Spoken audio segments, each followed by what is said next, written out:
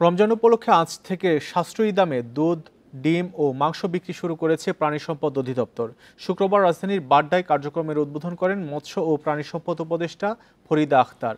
উপদেষ্টা বলেন, রোজায় নিম্ন আয়ের মানুষের জন্য এ বিক্রির ব্যবস্থা করা হয়েছে। রাজধানীর খামারবাড়ি, তেজগাঁও, ফার্মগেট সহ 25টি জায়গায় ভ্রাম্যমাণ গাড়ি এসব পণ্য বিক্রি করবে। প্রতি কেজি ড্রেসেড ব্রয়লার মুরগি 250 টাকা, তরল দুধ 80 টাকা লিটার, প্রতি ডজন ডিম 114 টাকা ও গরুর মাংস 650 টাকা কেজি দরে বিক্রি করা হবে। তবে গতবারের চেয়ে 50 টাকা বেশি দামে গরুর মাংস বিক্রি হচ্ছে। বিক্রির এই কার্যক্রম চলবে 28 রমজান পর্যন্ত।